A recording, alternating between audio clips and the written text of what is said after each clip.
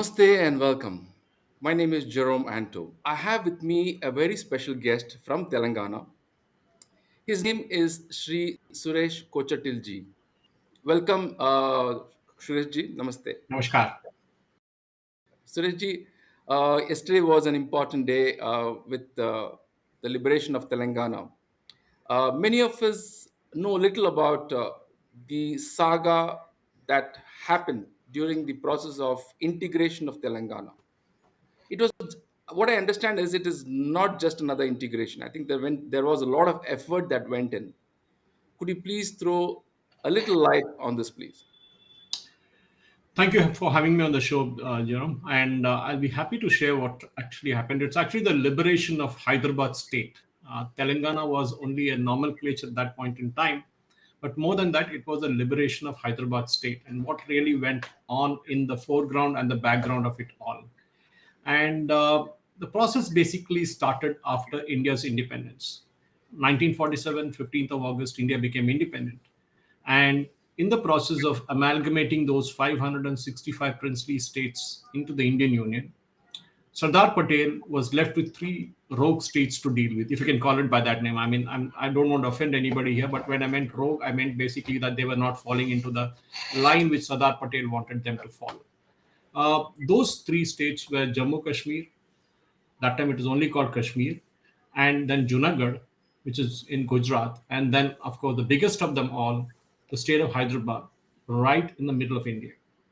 Now, what happened was that Sardar Patel had his team working across the country, uh, trying to integrate all these states. Then they managed to get all these princely states to sign up the accession document. These included Travancore, these included the parts of Madras, Mysore, everyone, you name it, right across to Madhya Pradesh, Assam, Bihar, UP. The many, many states that had to sign up.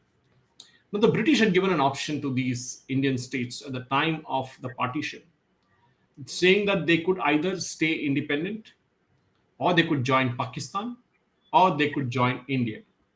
Now, most of the states didn't agree except Jammu Kashmir had an issue with Raja Hari Singh, whose birthday now is being declared a holiday in Jammu Kashmir for the first time on the 23rd of this month, uh, agreed for an accession immediately. And Raja Hari Singh was ruling a state where a Muslim majority was there, and Hyderabad was the other way around. Yeah. Hyderabad was a place where a Muslim Nizam was ruling a majority Hindu population. 87% of Hyderabad's population was Hindu at that point in time. Hyderabad state, what I meant was not just the part of the city of Hyderabad, but right up to Marathwada region, including Aurangabad, Latur, Usmanabad. If you know the geography, it's right up to almost very close to Mumbai. I mean, just about 300 kilometers from Mumbai. And on the other side, we had Raichur, Bellary, we had Gulbarga, Bidar, all the part of Hyderabad state. Again, these were till recently called the Hyderabad Karnataka region. And there again, you will find that this was the biggest state sitting right in the middle of it all. And that is what was worrying Sardar Patel because we already had an East Pakistan now post independence, and we had Pakistan on the other side. And having a state like Hyderabad in the middle of it was the most dangerous thing. The Nizam technically had no control on his people. Basically, the Razakars, whose forefathers were guys like Kazim Rizvi, who used to run the MIM, the Majlis-e-Ittihadul Muslimin, which now is called All India Majlis-e-Ittihadul Muslimin. He basically didn't want to integrate with India. In fact, he wanted to integrate with Pakistan. And he forced the Nizam who was very weak militarily, to kind of agree to this. And the Nizam, we don't know history properly, but according to many records that are available, public records, the Nizam agreed on certain terms and conditions, which he wanted to be the boss still there, and that was agreed by the uh, Razakars. The Razakars were a ragtag army, basically. They had arms which were like vintage arms, but the Nizam was pumping in more money to buy arms. He was being forced to do it. And the Razakas too started showing the muscle in Hyderabad. They started Hyderabad state. They started pillaging villages. They started harassing men. They shot many people, killed many people. There was a well in somewhere in Maharashtra where the present day Maharashtra, where which is a part of Hyderabad state, where they put men into the well and filled it up. Now, this has very close relevance to what happened in the 1921 Mopla rebellion in Kerala, where also a similar well with people who were shot. Now, what happened in the meantime was that Nizam went into a standstill agreement with the government of India. That was allowed as per the dominion status that India was still not technically a republic. India became a republic only in 1950. So India was still a dominion status, which is under the Queen at that point in time. In fact, we had a British general who was manning the Indian army, General Busher. Uh, so Patel got Junagadh into the trap because he knew how to handle Junagadh very well. In fact, the father of Zulfikar Ali Bhutto was actually the man who was in charge, who was second in command there. And later on, when Junagadh's the Nawab fled Junagadh into Pakistan, which is very close, again geographically, Junagadh became a part of Indian Union. And there again, they had to use the Indian army. But in Hyderabad, there's a different cup of tea because the Nizam actually went to the United Nations. And just like Pakistan tried with Jammu and Kashmir to bring up the issue in the UN, they went to the UN and said, "Look, we're being harassed by India. We want to be an independent state, and this is what we are allowed as per law by the British, but that these guys are not agreeing to it." That is when the Nizam realized, Sardar Patel realized that the Nizam was playing a double game. Okay, on the one hand, he appeared to be very soft to the Indian state, and the other side, he was trying to kind of stay independent and paddle with Pakistan. And it's the most dangerous. Imagine you're having a nation like double the size of Bangladesh right in the middle of India, and that would have been another nation. And imagine the danger that India would have faced. But nevertheless, Patel did not agree to it. So there was a lot of back and forth. And finally, Patel threatened Nizam with action. And that time, the Razakars became more militant. But then we had a lot of freedom fighters from Hyderabad who fought for the independence, right from Maharashtra, the Marathwada region to the Karnataka, Bellary, Raichur region. But more importantly, the Arya Samajis in Hyderabad. They were a part of Ramananda Tirthaji, was a part who was leading this, but he was a part of the Congress that time. And he was leading the movement in Hyderabad. P.V. Narasimha Rao was one of the leading figures. K.V. Rangareddy was one of the leading figures in this movement at that point in time. Narasimha Rao ji those days was in the Osmania University. He was a part of the Osmania University Students' Union. But things came to a boil finally, and when Nizam was kind of vacillating, threatening in Patel ji and threatening others, finally Sardar Patel lost his patience and he said, "To hell with you."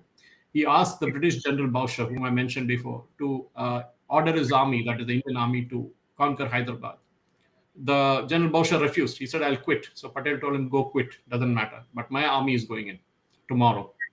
So the Indian army entered from three directions: from the Sholapur side in Maharashtra, from the Bezwada side, what is now called Vijayawada, and from the south, from the Madras side, what is now called the Chennai region.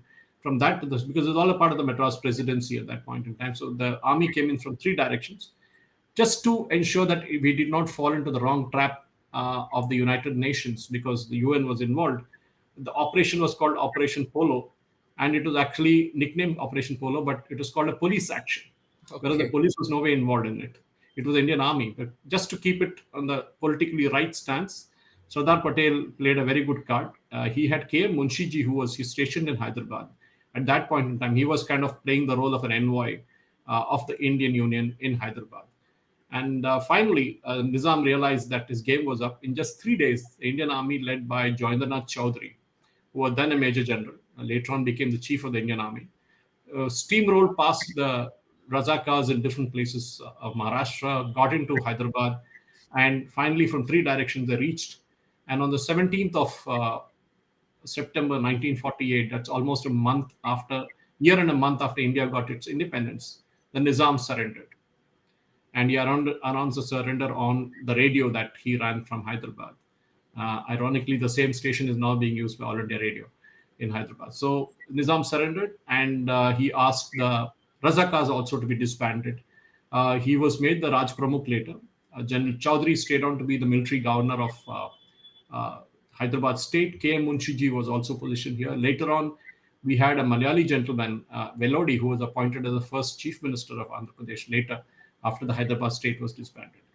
Now, that in brief is the history. So, what happens today as we speak, these 2 days of celebration, which happened yesterday with Amit Shah ji being here, Hyderabad's history is not discussed because one, Nehru was never happy with what Patel ji was doing. He was Oh, never happy in Kashmir. That's why we lost half of Kashmir, because we didn't send the army in time when Raja Hari Singh requested. And what is now called PoK was taken away from us by the Pakistan army. If Indian army had landed there as per the request of Raja Hari Singh, we would have possibly had entire PoK with us. oh, But Nehru was vacillating. He didn't want to pick up a fight with the Pakistanis. He was very friendly with Jinnah, with Mountbatten and others. So he didn't want to. He wanted to be the ambassador of peace. On the other hand, we had Sardar Patel, who was the deputy prime minister and also the home minister, who was very clear about what he wanted. And he had a bigger say in the All India Congress committee, where he got all the votes except one to be the prime minister. But we know that story was different, where Mahatma Gandhi persuaded him not to become the prime minister.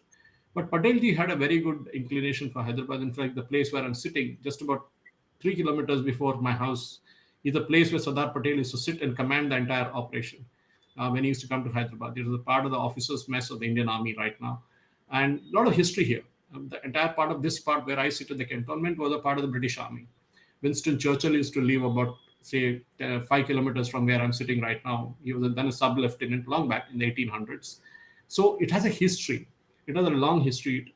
They say Nizam was the richest man in the world. Of course, the richest came from the people of Telangana. He had appointed a lot of zamindars who looted the farmers, who looted the people, who looted everybody to make sure that they pay the money to the Nizam every month. So that money which the Asaf Jahi dynasty had over the years, including the Kohinoor diamond, including the Jacob diamonds, including what all riches that you see presently in a vault in the bank in Mumbai, where the jewelry in a sense, not jewelry exactly, the diamonds are worth more than something like 10,000 crores. And that's now in a locker, but it's displayed only once or twice in Hyderabad, long back. I had gone for that exhibition. But the riches were not there. The riches were all from the people. So there was a huge rebellion also from the communists. The communists knew how to capitalize on this, and they became a part of the struggle against the Nizam. True, they had a role. There's no dispute on that. The Congress had a role. The Arya Samajis had a role. The Hindu Mahasabha had a role. Savarkar's name comes in somewhere in between all this. So there was a huge pushback against the Nizam. And if Sardar Patel had not done what he did that day, what we saw or what we see in India today would have been a different geography. And as Anand Ranganathan says, we need to be thankful to Patel not just for the history, but also for the geography of India today.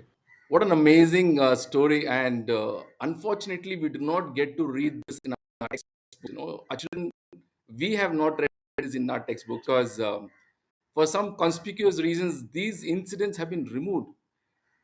Very, very heart wrenching when we read the history of Andhra, Telangana, Hyderabad, the whole belt at the rule of Nizam. We understand that there's a lot of atrocities. People who, the Hindus were not given equality, there was no equality there. The jobs, they were reserved and they were given menial jobs. So this is an amazing story that you said. And now I'm sure many of us will really endorse the reason why Patelji's statue is being built. It's an embodiment of the strength and the will. Imagine having a foreign state within a sovereign state, right? Awesome. And this is something which is many of us do not know, and you enlightened us with this information.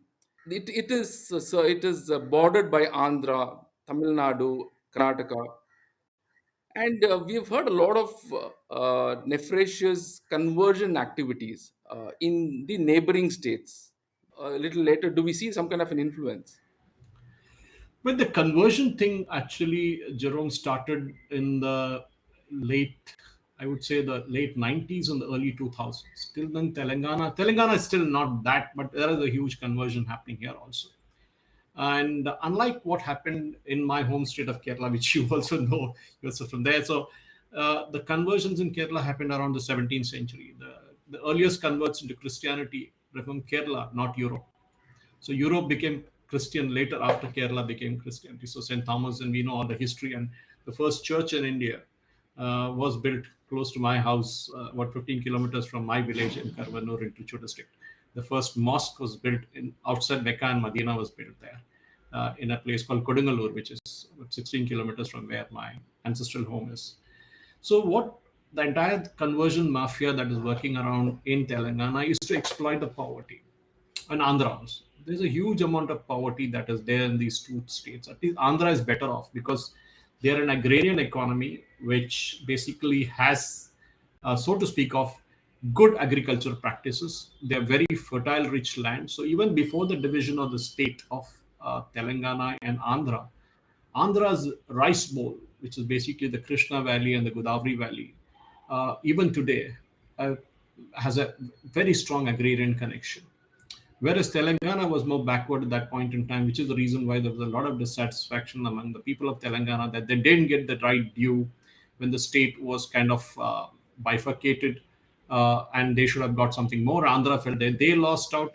But anyway, employment was one of the major issues, and none of the leaders of Telangana at that point in time actually did anything to foster employment in the state. So let us forget about what happened then, because right now we are talking of the conversion part of it. And I can tell you straight away off the cuff that what is happening in Telangana and more worryingly in Andhra is also repeated in Tamil Nadu, which is basically taking the lower caste people, the Dalits, and converting them into Christianity. Now, there are targets for every pastor. This is open secret because a lot of them got arrested, some of them got blacklisted, some of them got defrocked. All these things happen. But even now, the number of churches that are there in Telangana side and Andhra side is humongous. I mean, if you travel through even Tamil Nadu, you will find the same thing there. The culture was lost. The culture has been badly lost all along the way. So what we have today is basically a kind of erosion of Hindu culture in Andhra, which again was not a real strong one, except for the fact that we had places like Tirupati, Sri Shailam, which is one of the 12 Jyotirlingas in the country. But even there, what is happening that we are losing out the Hindu element of it all. The conversion into Islam happened during the Asaf Jahi dynasty, which is very obvious. The old city of Hyderabad, especially, we have a very strong Iranian connection. Most of the Asaf Jahi dynasty, they all hail from Iran originally, Persia, then called Persia. And that is why you find more Shias in Hyderabad than Sunnis.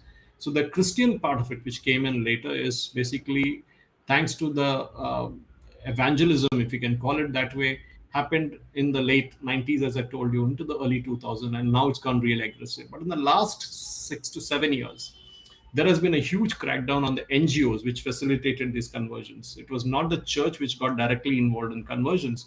The church had set targets to certain NGOs and they were doing the work. And here again, I would fault the Hindu community for not doing what it should have done. The Hindu community should have tackled two, three things. One was education. See, that was the main thing with the Christian missionaries were harping on that. If a child is not educated, send them or her to our school and we will educate them. Why didn't the Hindu temples do it? The very rich Hindu temple, the very rich Hindu philanthropists. No doubt in Hyderabad, they built huge number of colleges and schools, the Hindus.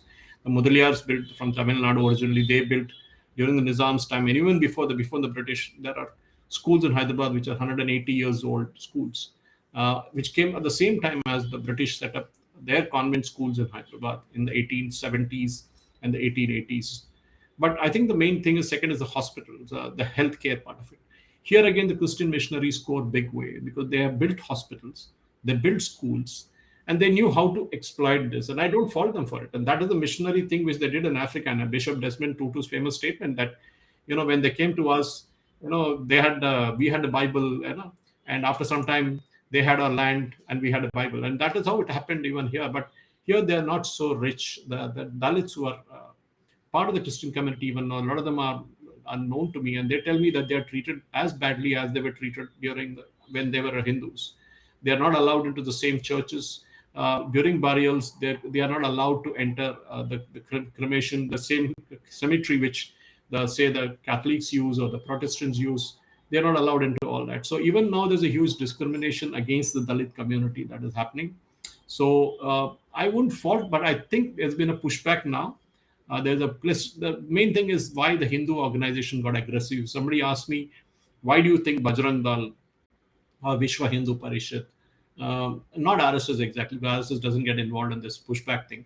But if you see that in places like Mangalore, Dakshina Karnataka, you're from Bangalore, you know how the things work. I mean, Dakshina Karnataka is a crucible of this experiment because you had Udupi, you had Mangalore, which is a huge number of temples. Mangalore had a huge number of Christian population.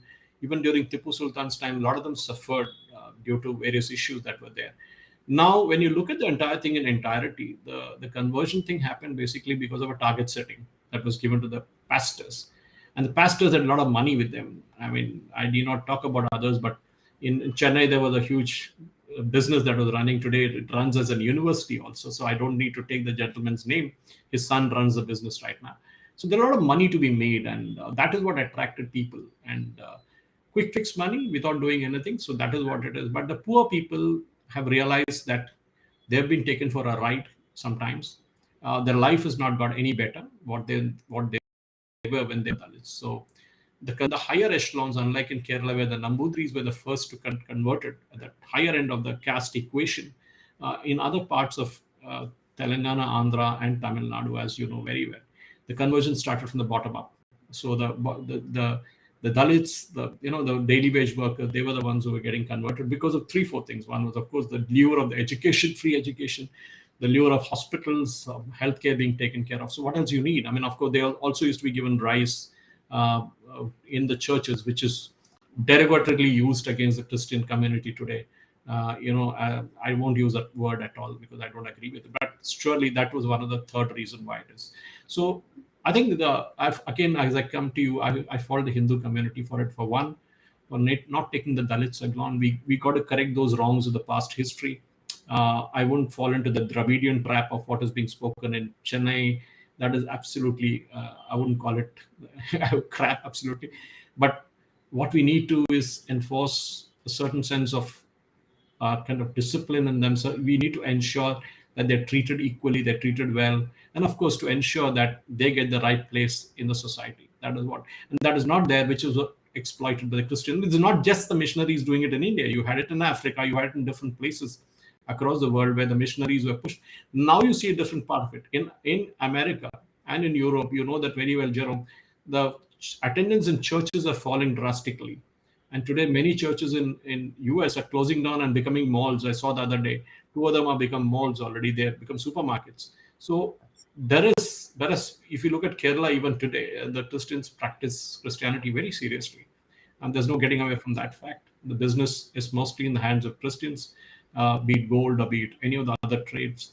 Of course, the Muslim community also has a part of it. But I think the main fault is with the Hindu community of not ensuring that education, healthcare, and basic living were not taken care of. Now that basic living part is being taken care by Modi ji through the free rations and other things that are happening. It is up to institutions like the Tirumala Tirupati Devasthanam, which does a very good job of maintaining a lot of hospitals, schools, religious structures across. There are temples in India where the priests don't even get 20 rupees a day. They're small, small temples. I mean, what are the Hindu community doing about that? I won't fault the priest if he goes and converts himself because he has to make a living. His next generation will not get into the pujari mode. They will not. The Brahmasam Madam in my hometown of Trishur in Kerala used to be the place where Adishankaracharya's father set up that matam. But today there are hardly about 15, 16 children. And as we speak today, Sant Chalak Mohanji Bhagwat is there in the same place in Trishur. He's visiting the matam today. So I would ask for the Hindu community to have a renaissance, to look at themselves, look at the philanthropy part of it, build hospitals, build good schools. K. M. Munshi did that. He built the Bharatiya Vidya Bhavan, which today is the biggest educational institution group as to speak of. The Saraswati Shishu Mandir, RSS did a good job. They got the Saraswati Shishu Mandir, they got the Ekal Vidyalayas. They knew where the problem was. Tripura was a classic case in point. There's a huge conversion happening across Northeast. Tripura, they were able to reverse the entire thing because they set up the Ekal Vidyalaya, they set up the entire thing. They demolished the communists who were ruling for almost 3 decades there. And that is a big story behind it all. Amazing insights, much more than what I know. I've thrown light. What we see is taking a leaf of this conversation. The missionaries exploited the situation. They used it towards the advantage, and very much as you said, post 1990s, uh, the reason being that there is aggressive evangelization is because the charismatic, the opposite of charismatic being the typical hallelujah groups, they set up these private churches. I have They one. I have one. I have one just 50 meters away singing Hallelujah as I speak to you. I was wondering that would disturb our conversation, but I think it has stopped now. Homes being used as private churches. I mean, that is where the lure is. People getting this. I would not fault the church authorities, the senior church authorities, but they should have had a system of checks and balances somewhere in between to ensure that, look, there will be a pushback from the Hindu community at some point in time. Don't blame the Bajrang Dal and the VHP for what they're doing now. They're just protecting themselves. They're protecting their own brethren. That's it. Absolutely. And so what I also see is these evangelists have exploited the situation, whether it is setting up a hospital or a school, because they knew that is the way they could get into details, get access to the vulnerable. Then, of course, the provisions of the law which allows them to behave or act the way, that they have exploited it the best they could. That's what I noticed, I, and I call I call them brilliant marketing guys, actually, brilliant sales guys also, both marketing and sales. But they need to brand themselves. They did very good job of it, and after branding, of course, they did a very good job of selling that dream. I'm not sure even if Jesus Christ would have been able to sell it to his 12 disciples that he did, but these people did even a wonderful job than that. Because I mean, I sometimes tell that's why we all refer to the missionary zeal in marketing. When we say you need to absolutely. have the missionary zeal, when we have our sales conferences, when I was working in that media house, we used to be told you should have that missionary zeal. So what did it mean? It meant that go there and get it done, and that's what it is all about. I mean, go sell a dream, and that's what they did. And I'm not faulting them for it again. Possibly now the Hindus have realized that, look, we need to also push back, and that's where the Bajrang Dals, the VHPs, and the other most so-called aggressive organizations are shaping up.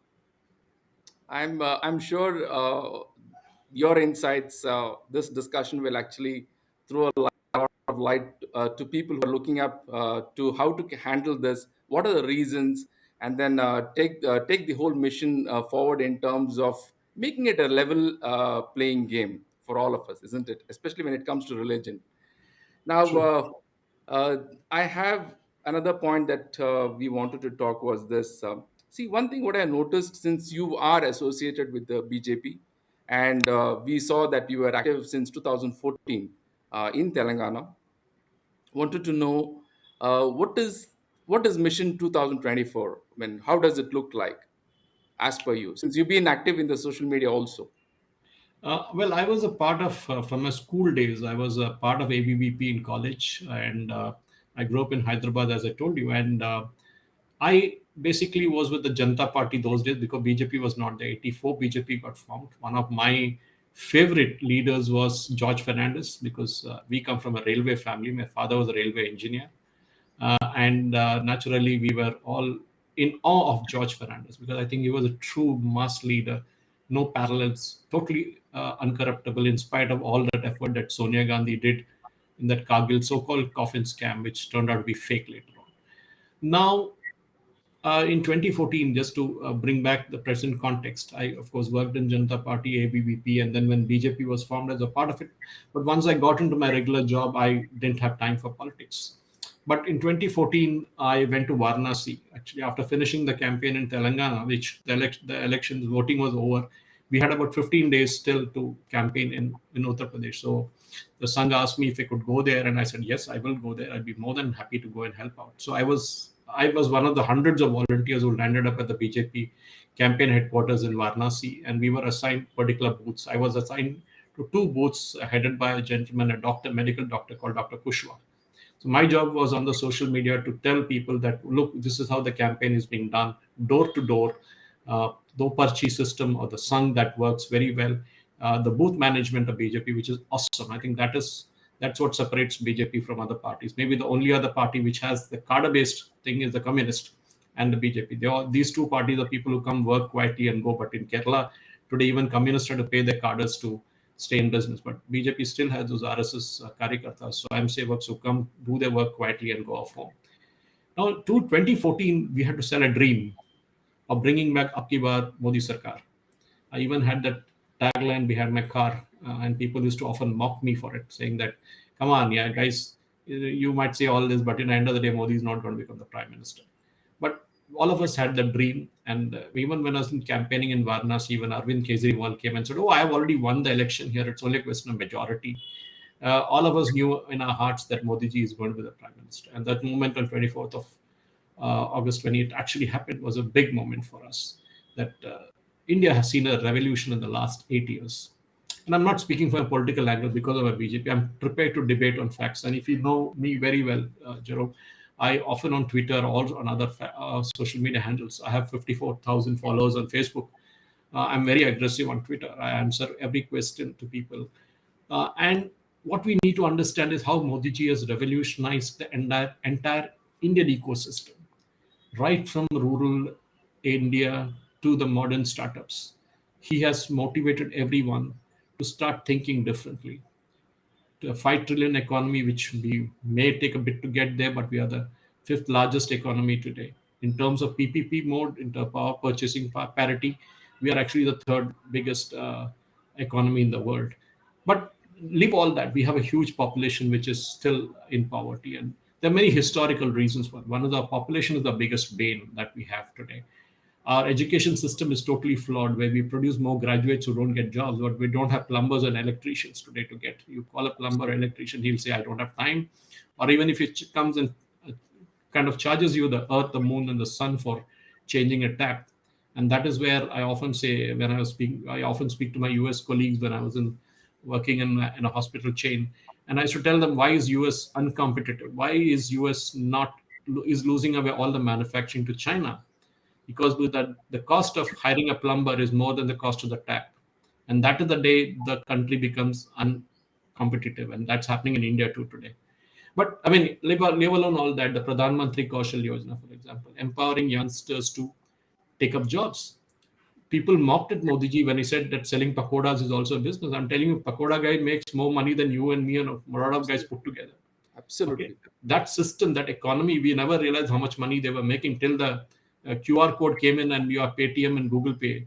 Now all their bank accounts are getting tracked because their money is going to the bank. The bank is informing the income tax department. There's a guy near my house who used to sell, idlis and dosas for last 20 years. Never paid a single paisa tax. Now he's paying 5 lakhs every month as tax because he's gotten to the bracket because of the QR codes, the GSTs, and other things that are coming in. So let us look at the entire ecosystem as such. It is basically teaching a man how to fish. And that's what I would say. When you say 2024, what is that Modi ji going to go with a report card? He's saying, here are my 65 schemes, starting with Jan Dhan Yojana. So other day, there was Mallikarjun Kharge, who hails from a home state, who asked this question. Modi ji said he will provide 2 crore jobs every year. I said, till I think last month, 34 crore people took Mudra loans, totaling to something like 19 lakh crores, assuming that each person who took the Mudra loan employed himself. He has to employ one person, isn't it? Either himself or he'll Yes. hire somebody. So it can be a small shop, it can be a lathe machine, it can be a welding shop, anything. Whatever loan he had taken for or she had taken for. 34 crore people actually have got employed. Okay, self-employment. Modi ji didn't say that I'm going to give you a government job. He said I'll enable jobs. Until yesterday, KT Ramarao, who is the information technology minister of Telangana, used to ridicule Modi ji on the same thing, saying, "Where are the jobs? We have not provided job." Of course, EPFO data says that India's unemployment it is at the lowest level now. And EPFO data, which is the Provident Fund data, is actual data, not the CMIE data, which you say, which comes from Mr. Mahesh Vyas, who is actually an advisor to Rahul Gandhi. So, but I mean, we leave the politics apart. But what I'm trying to say is that that part of it, which Modi ji has done to provide employment, make people stand on the feet, teach a man how to fish, and he will fish for a lifetime. Not to give him a fish so that he'll come back for more. That is the logic behind it all. Empowering rural women, which is very important. Your Lijat Papat story was a story of entrepreneur woman who came long before Modi ji or Congress were there, who built up an entire business ecosystem. Today is one of the biggest businesses in the Papat style. But look at that. There are Amul, the examples of how Dr. Varghese Kurian built up the entire cooperative movement through Amul. Modi ji is doing exactly that. He is empowering women with the Jan Dhan Yojana. All the direct benefit transfers are now going directly into the bank account. Remember the famous statement of Rajiv Gandhi at one time that if for every 1 rupee that Delhi sends, finally when it reaches the beneficiary, it is just 15 paisa. 85 paisa used to get eaten away in the corruption system, the old system. And this is not that you or me have told, this is the Prime Minister of the country, that point in time, Rajiv Gandhi. Today, that 1 rupee directly goes into the bank account of the person concerned. They have ATM card, they have Kisan card, they can just go and withdraw the money they want. This is what it is all about. It is not about giving freebies as a Revdi culture, as Modi ji called it, what Arvind Kejriwal does. Delhi Jal Board today has got an outstanding dues of 28,000 crores. That is the amount Delhi government has to pay the Delhi Jal Board for supplying free water. But till date, Arvind Kejriwal hasn't paid a paisa. And sooner or later, Delhi Jal Board will not have money to buy water from Haryana. And that is when it will have to go bankrupt. And the same thing happening in Kerala. You seen last month for the Onam payments, for the bonus and other things, salaries and pensions, Kerala government borrowed 6,000 crores. Borrowed. Every month they borrow 3,000 crores. There are many state governments which have default, which are close to the defaulting status. We are another Sri Lanka in the making in many states. So when you ask me about 2024, Modi ji is going to present a card which says, "Look, this is what I've done." There's not bringing back the cheetahs alone. That's a story. There's a bigger story behind it. There's a bigger story of ensuring that people, women in rural areas get empowered. The sanitation thing, building a toilet. People mocked Modi ji for it. Absolutely. Okay, I remember the jokes that were going around. Now, when the Har Ghar Jal mission is working on, people don't realize there are women who trek 6, 7, 8 kilometers to get a kind of a vessel of water. Today, you are empowering women to kind of get water at their homes. You have toilets. You're building an ecosystem where they're becoming more entrepreneurial in nature. This is what Modi ji has done. And India's younger generation, which is worked through the startup, be it the Startup India and other missions, I think this is where Modi ji done. But the criticism often comes, India's unemployment is very high. I often come back to that example of getting a plumber or an electrician or a carpenter today. Our definition of a job is a government job, because that is where you don't have to work, you'll still get your salary.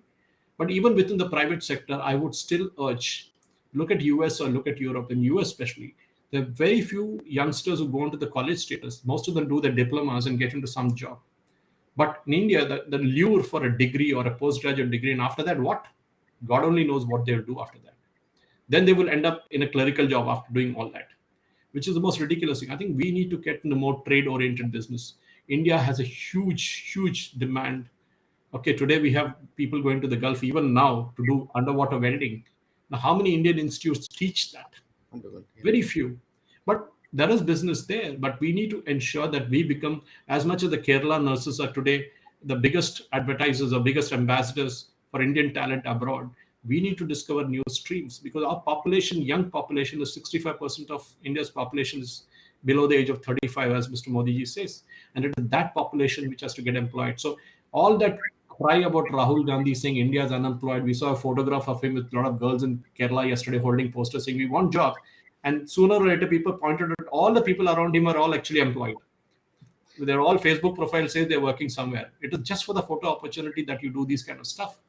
And I would ask Rahul Gandhi, what has his government done, his Congress government's done for the last 6 decades? Because they would have ruled at least 6 decades of the 75 years that India had from independence. What did they do? Of course, I'm not trying to finger point here, but I think employment is all about self-employment. Forget government jobs. India today spends almost about 70 rupees of every 100 rupees it earns on paying salaries and pension and interest. I was reading about Kerala yesterday. It is 85%. 85% of Kerala's earnings go into paying pension, salaries, and interest on loans taken. Forget the what do you call the actual money borrowed.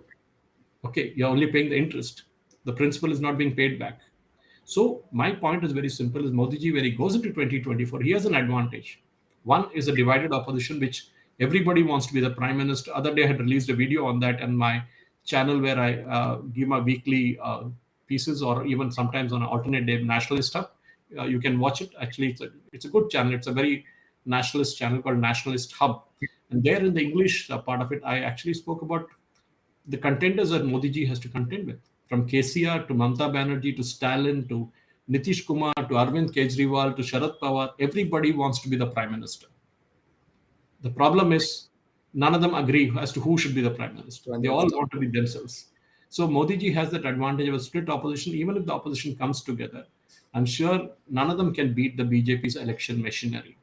The only thing they can do is what they did with the communal politics, which is basically in places like UP, places like Kerala, and other places in sometimes in Maharashtra a bit. But they can play communal politics there, divide the votes, and try to get the Muslim vote bank onto their side. And that has been happening from donkey's years now. Congress has been doing that game only. And we see how Rahul Gandhi's yatra in Kerala is all about. 18 days in a state where BJP has negligible presence, just about 16% vote share, the maximum. But he wants to spend 18 days there, but hardly 2 days in UP. where the biggest chunk of Lok Sabha seats are there, 80 in number. But he doesn't want to spend there. But anyway, I leave that for a different day, unless you have a question on that later. Another important point I picked up one was the placards. What a few the members who were with Rahul Gandhi showed up, and they all had good profile. They were working plus expensive phones. What I derive from this conversation is this: without the able support of the social media, we would not have known this. So you think that somewhere we have graduated, the common man has graduated and used the power of social media, and to a certain extent, social media has been weaponized. What's your take on this? Well, I think it is because see, most of the so-called journalists, some of them whom I've worked with me, like people like Rajiv Sardesai, who are my ex-colleague from Times of India days, um, they all blocked me on Twitter. Rajiv was one of the first to block me. Barkadat blocked me before that. Sagarika Ghosh blocked me on that. Shekhar Gupta blocked me, and you have everybody who blocked me. Okay, Veer Sanghvi onwards. Now, why do they block me? Because, or just not just me, but most of the nationalists they would have blocked is because they were being shown the mirror. Ah, Every time they blurt out a kind of a theory, example, for example, the cheetah theory yesterday, the Jairam Ramesh claimed that it was the UPA regime and he himself who went to Namibia and set up a contract for bringing the cheetahs home. Well, in 2009, the Supreme Court of India stayed that relocation scheme from Namibia into Kuno. But the UPA government did nothing to get it cleared from the Supreme Court till they were in power till 2014. So for 5 years, Jairam Ramesh, or who was the minister who came in later, the environment, because he was there only for a short time. But whoever came in the UPA 2 regime did not get that cleared. Why?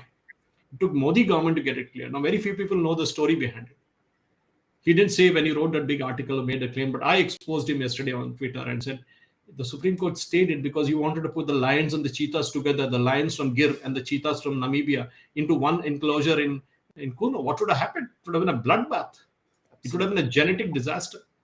That is why the Supreme Court stated. So when the Modi government said, no, we're not going to do that, we're going to put only the cheetahs there, the Supreme Court gave a green signal. It was like Saint Anthony who told us that very clearly that he ordered Rafales, which he didn't even order actually. But it took the UBA, the Modi government to get those Rafales. We lost 10 precious years. And I think A.K. Antony's reign as the defense minister was the biggest disaster for Indian defense sector. The Indian Army, the Indian Navy, and the Indian Air Force lost out big time due to the incompetence of that minister and also, of course, his government, because his prime minister is also equally responsible. Because if he was incompetent, he should have been thrown out. Absolutely. Provided funds, we lost the number of squad. But anyway, we're not, that's a debate for another day, as you say. But my point is very simple. The social media today enables every Indian citizen to hold up a mirror, expose people who lie. And we saw that. I mean, Rahul Gandhi's Yatra or be it anything else. Every day I do this. We put out facts and say, boss, this is what it is all about. Now, what do you have to say? And then there is the absolute silence there. You don't hear anything from anybody. I mean, even vernacular, it is not that people need to know English to be on Twitter. There are vernacular options also. You can tweet in any language that you want. But the question today is unlike before, when you had the newspapers at one time, then the television channels came in. The people didn't have a voice. During the newspaper days when I was in the newspaper, we only had a thing called letters to the editor. Editor. What was that? It was thrown into the dustbin straight away. Hundreds of letters used to come, sometime abusing the editor, sometime abusing the newspaper, sometimes showing them the fake things they were carrying out, but the editor used to throw that into the dustbin. I've seen it personally. But today, you need not do that. You can expose the same editor on the Twitter or on Facebook or on any other social media handle and say, look, this is what you're doing. You can do it in coup or anything for that matter. And this is where it's very important that today's citizen is also a journalist. Anybody with a mobile phone today is a journalist. I mean, you can carry a mobile phone yourself and you're a journalist in business. And that is very important. So, to a large extent, can we say that we are becoming truly democratic, because people really seem to have the power now to question, to ask, including the RTI, RTI Act. The technology has reached the bottommost strata of the people, irrespective of whether the person is able to afford or not. Today, we see people are able to carry a phone, watch videos, and operate whether the person knows to read or write. So, to a large extent, I think it has actually empowered the common man. You Then agree on also that? the corruption part of it gets cut out, because every time you see a traffic police accepting money, there is a camera that is there. Today cops in Hyderabad are forced to wear a body camera from their own organization, so that every time they're at work, the camera switches on when they have a conversation automatically, so the people sitting in the control room can hear what conversation you're having with the truck driver. And there is also somebody in the site sitting and recording it also. Sometimes some citizen journalist sees a corrupt system being happening, somebody asking for bribes, somebody doing something illegal, they take a video and post it on social media, and it evokes a reaction immediately. And that is what is very empowering today. You talked about RTI today basically forces governments to say what it is all about. They may not like it, but they have no choice. Yes, Of yes. course, the chief information commissioners sometimes hold back a lot of information, but doesn't matter. At least 80% gets through. But my point is very simple: is that today's youngsters, especially, I don't see them on Twitter. I see them on Instagram, because they post the pictures, the videos, and they talk about a lot of other things about their friends and their parties and all that. I think youngster needs to get on to youngsters. A lot of youngsters need to get on to Twitter, because Twitter is like pressy writing. When we were in school, when we were taught pressy writing, I'm not sure today's school children are taught pressy writing in English. We were asked to compress a big thing into a smaller one. All of us know how it is done. Twitter forces you that the 280 character limit is what you get. So you write what you have to in that 280 words, characters. So this is where I'm saying is that one, your English improves. Second, your ability to be a journalist improves. You can expose the ills of the society, be it a politician. Otherwise, we always had this tendency, we used to sit in our living rooms and say, this country is going to dogs. Look at the drainage, look at the roads, look at that, look at this. But today, if you're not doing anything, as my dad used to tell often, if you don't fight for your rights, don't ask for your rights. And that is what I think the credo should be. You should ask for your rights. Go fight for it. Don't sit and criticize everything. Modi ji is not going to come and repair your roads. Nitin Gadkari is not going to come and do it. It is your job also as a citizen to show them, look, this is what is happening, because they cannot be everywhere. And that is the main point one has to realize. And social media allows you to do that today. And personally, I can tell you that. I mean, today you look at the way there's a corruption in an X department, you can always put it up and say, this is what happened to me. It happened to me with the RTO office here in Hyderabad recently when I went to register a new car. They made me run around because I refused to go through a broker. I said, I will not. Doesn't matter if it takes me 2 months. I will not pay a single paisa to the agent or the broker. And finally, when I put it in social media, I got a call asking me to come the next day to that RTO office. And within 10 minutes, my application was cleared. Imagine the power of getting that. But the question would be, how many of us would do it? Many of my friends are scared. They're saying, oh, we don't want to get into this political battle. We don't want to get into the bad books of somebody. My organization may not like me tweeting, which is a perfectly legitimate excuse for not tweeting or not posting, because many organizations don't like their employees to tweet. But I think more and more organizations should allow their employees, because their personal life is different from their professional life. Professional life. Please understand. And as long as they're not doing anything illegal, it's perfectly fine. You don't get into political battle or abusing somebody. But if there is a reason for you to tweet, you should be allowing your employees to tweet or write about it. I think that is what democracy is all about. When Jerome, you mentioned about democracy coming back, I think that is what the perfect example is today. You can't straitjacket anybody and say, no, no, no, just because you're working for an XYZ organization, the organization policies don't allow you to write on social media. Sorry, if I see something wrong, if I see something thing, as long as I don't get into a communal fight or a religious fight with anybody, it's perfectly fine.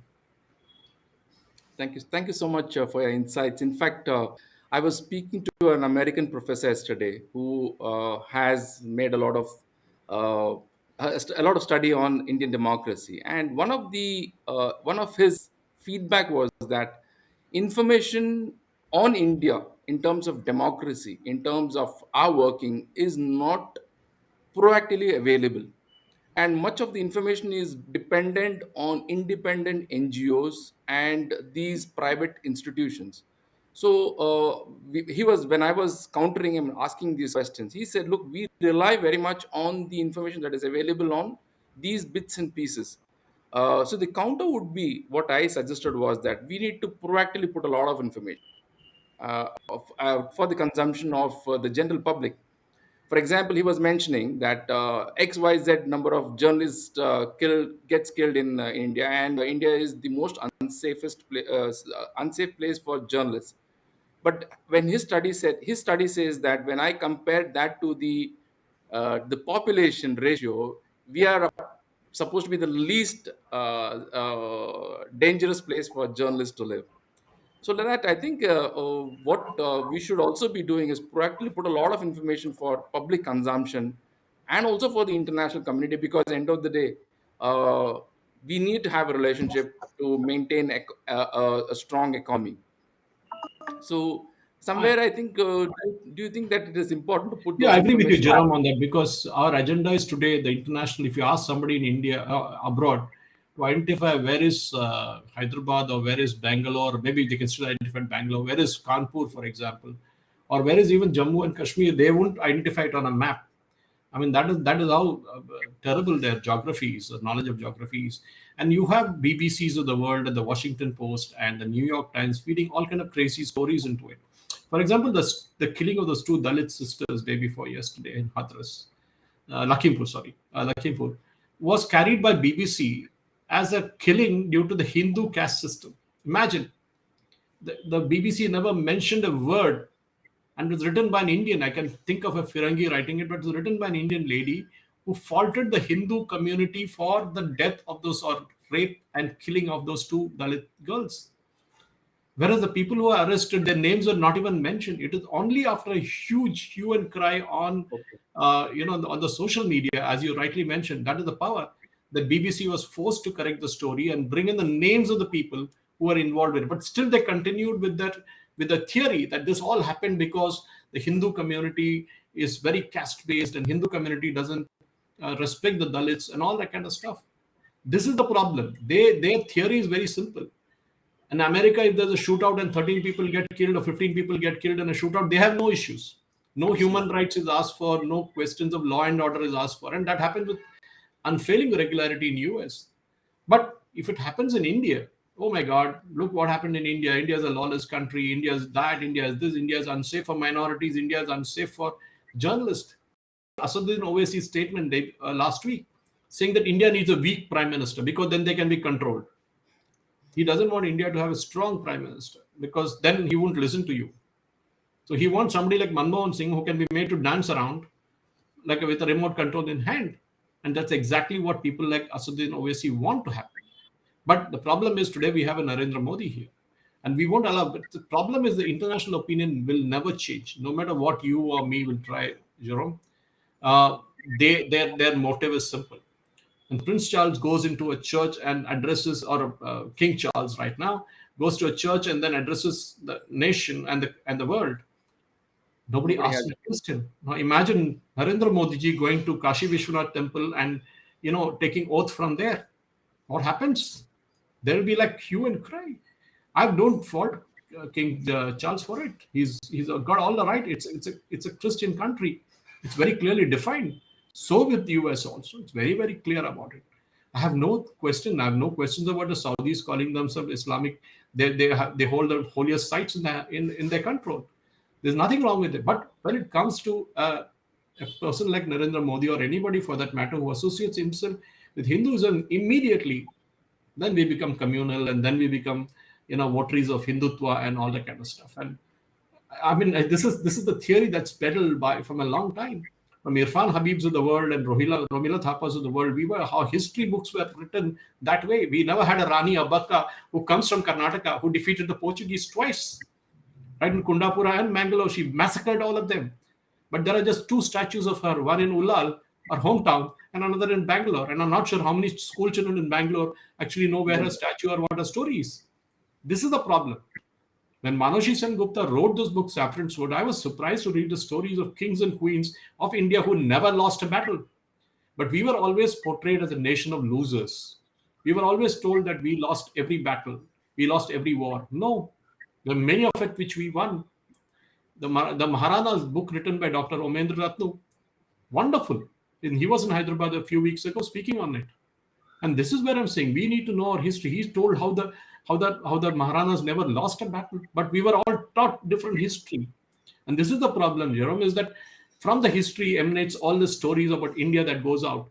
There's an attack, some random attack on a church which happens, and you know what happened? That they said, oh, it was Hindus who went and stoned the church and all that kind of stuff. And then finally, when they caught a couple of Bangladeshis, that nobody's talking about it anymore.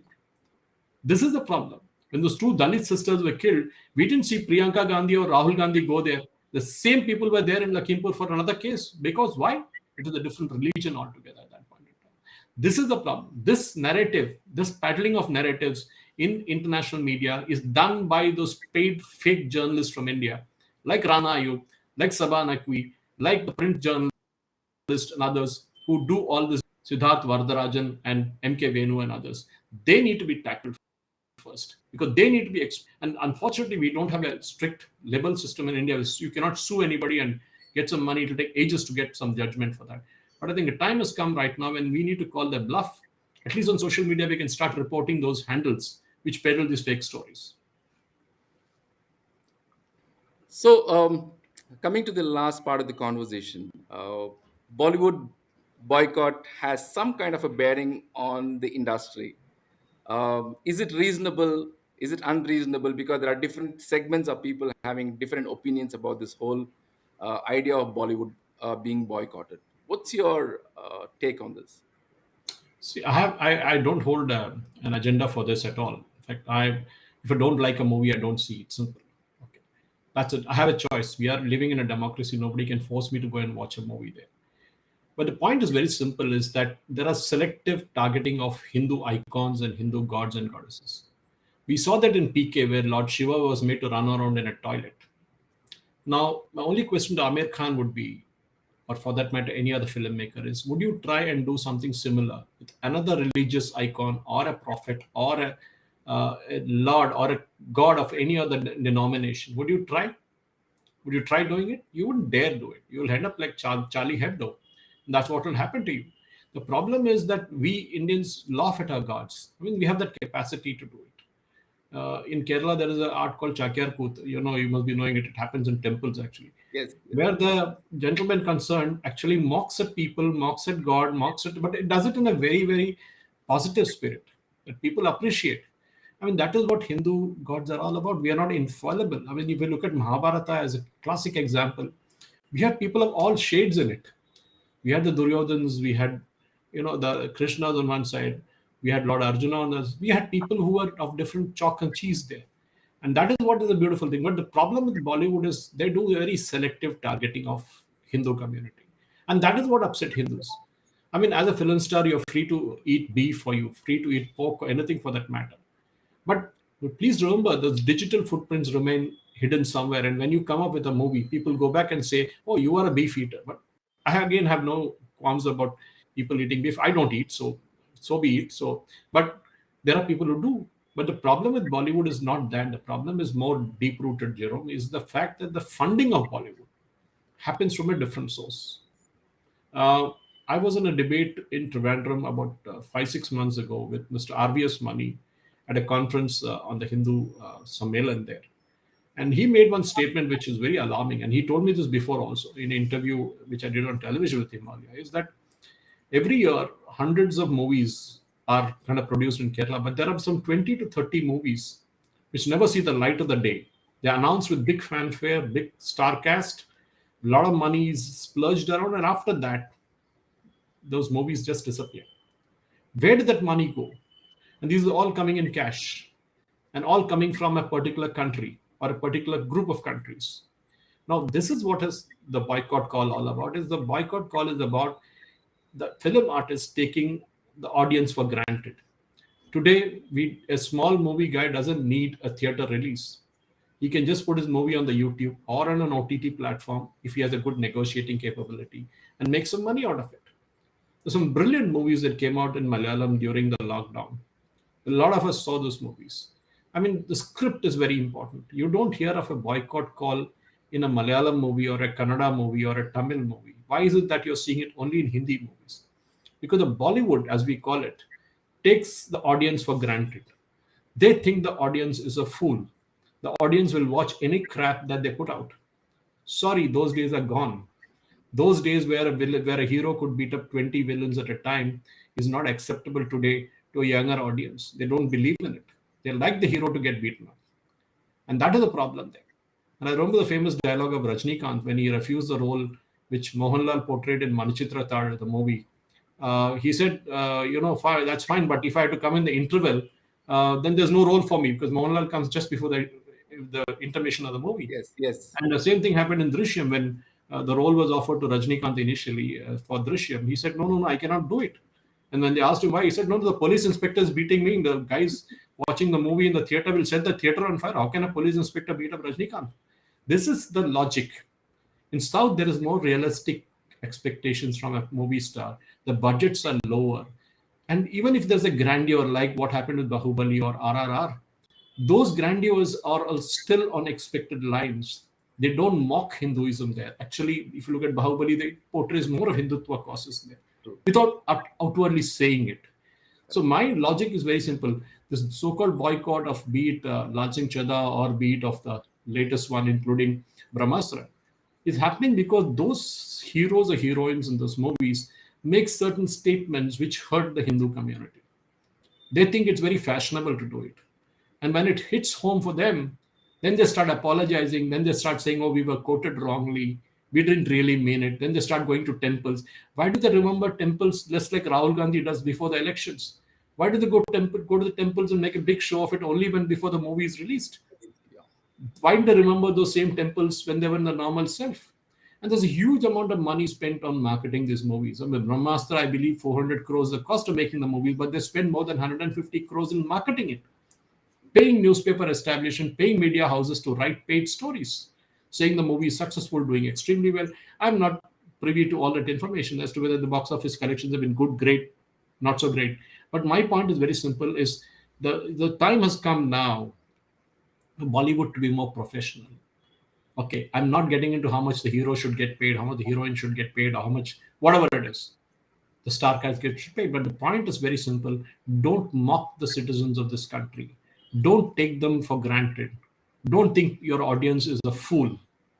Don't go to temples and make a big show of it just before the movie is released, just because you want to curry favor with a particular community. It doesn't work. For that matter, you go anywhere, go to Dargah or anything. Why do you do that only before the movie is released? True, true. Okay, that is very, very obvious. I mean, you're thinking that people are fools. You're getting articles written in all the television channels. You're reading, I mean, you're getting in newspapers, written in newspapers. Don't you think people know that these are all PR? Hundreds of crores are spent in public relations before a movie is released. Today, a movie needs to be marketed. And that is where the entire thing comes. They live a life which our Indian cricketers live, which is beyond what a normal middle class gentleman expects. A cricketer can still live with it because once in a while he does fail. And when Mhm. you fail, you actually get technically boycotted by the audience. To a large extent, we have seen Bollywood thriving for so many years, and we also see that they've been able to successfully erode the minds, erodes our thoughts, erode the society, so much so eroding even Hindi for that matter, including Urdu words. So it almost became a way of life. For example, even mocking our culture, our religion became a way of life until there was some kind of an awakening. And to a large extent, I think social media played a role because people started questioning. Otherwise, it was normal. So that's one thing which I take out of this conversation. And I think the idea was not to boycott. The idea was to send a communication to them saying that we are your audience, we pay you, and because of us is where you have become superstars. And we still want them to earn the money, but then respect us and be within the boundaries of a normal society. You're right, Right? Jerome. Absolutely right. Absolutely. Be realistic. Be human. True. Okay. Don't try to be an alien or an extraterrestrial that has landed and we need to look up to you. It doesn't work that way anymore. I'm sorry, it doesn't work. And Bollywood has to learn to live the way, I think, still come back to the way that the southern stars down south live. True, true, true. Yeah, we come to the end of the conversation, and we would want to know if you have any closing comments on this conversation, the whole conversation what we had. It was very Yeah, I think enriching. Jerome. Yeah, wonderful. Thank you very much for hosting me today. And I think it's been an hour and 11 minutes now that we are into this conversation. And I think today's audience, and I do this shows on many other YouTube channels, and people ask, and also on national television channels, I do debates. My point is very simple. I would appeal to people to start reading. We lost the habit of reading. And I think there, somewhere along the way, today's youngsters also have lost the habit of reading. We need to start reading. And when I meant reading, I didn't mean books itself. Read Hmm. news. Read, know what is happening. Don't ask me tomorrow if I ask you a question. And I see this often when I do campus interviews. I ask students and MBA students, okay, tell me the problem with sugar in Brazil. And they look up to me and say, sugar, where? Brazil? They have absolutely no idea.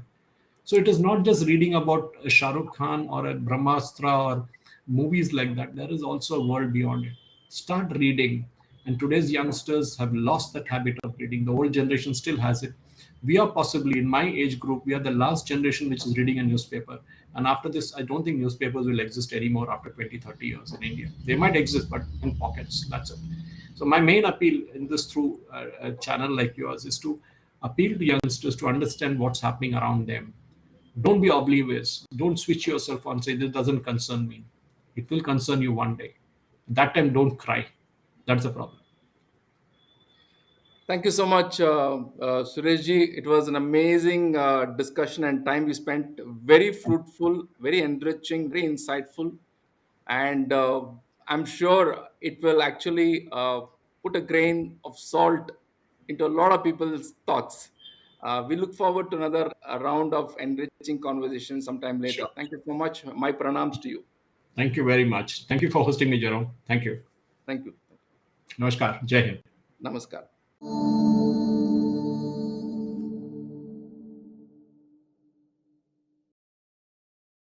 Please remember to subscribe to us and switch on the notifications for this channel. For our other social media links, more content, and to support our work, please visit citti.net. Dhanyavad. Namaskar.